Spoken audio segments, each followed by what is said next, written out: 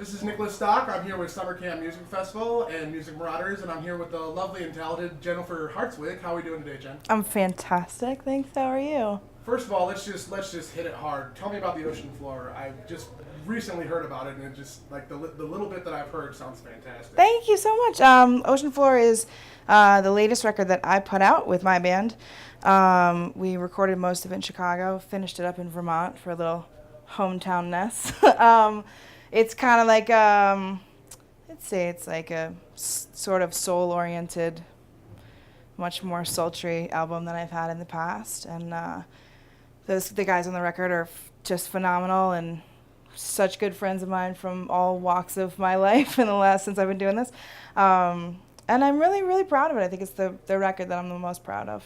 That's awesome. That's really good to hear because, Yeah. I mean, you do so much side work and different work in various groups, and so for you to put something out that's really you, I think that's Yeah. important as well. It is, and I don't, you're right, I don't do it very often. I really try once every couple years to make sure that I sit down and do a record, and that's what's kind of fun about having the band, is that everyone in the band is so busy that when we do get together, we have such a great time because we don't get to do it all the time. We're not on the road. We're not touring 9 months out of the year and everything's getting stale. It's just a really beautiful, always joyous and wonderful experience when we actually get to play out. So That's awesome. I'm excited to hear the album. Do you got a Thanks. release date yet for it? that's out. Ocean Floor is out. It's out now? Mm-hmm. I'll have to go get it. Yep. Your Twitter account says that you're a lover, not a fighter. What do you fight for? Well, I'm not a fighter. I feel like I should say, valor and honor. Family, I would say. Family. I'm very, very protective of my family and would fight for my family. That's awesome. You have such a broad range of involvement in various projects, from what you're doing with Moksha and what you've done with Van Ghost. How do you decide your involvement in these groups? I definitely get approached by a lot of bands who are interested in having me be a part of their project, whether it be for a week or an album or full time. And really, it starts with seeing how much passion they have for it. Number one, if people are just die hard about it and they think they really believe in what they're doing, that's a green flag for me. Also, I think more so than even musically where they're at, I think, you're talking about like living in a van with these people or whatever, and you want to make sure that it's a good hang above all else. So that's definitely, I think, probably the most attention that I would pay is, first of all, are we going to get along? Because if we're not going to get along in real life, we're not going to get along on the stage or in the studio. That's awesome. And it's a good way to sort of set, the bar. Yeah. Like, do I want to hang out with you? Do I want to make you breakfast? No? Okay, then maybe next time, For sure. You've been playing with Trey going all the way back to Story of the Ghost. You've been an integral part of the involvement of Tab. Tell me what it's like to have sort of grown up with Fish, and does that sort of overshadow what you do on the side, or, is that something that is just another feather in your cap and you just move on?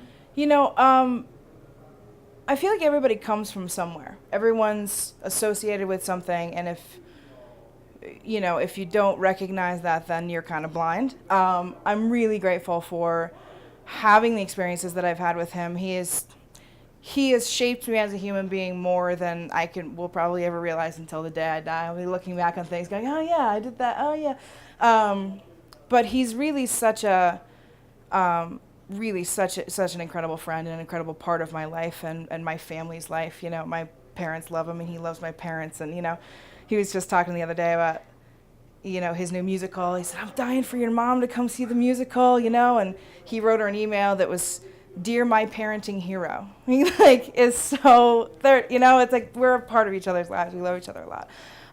And musically he's taught me a lot and taught me how to listen to music differently. And from a really young age, when I was 17, when we first started working together. So I really haven't had a time in my adult life where he hasn't been present and a part of my life. So it's really, he's just really kind of continually a part of my life.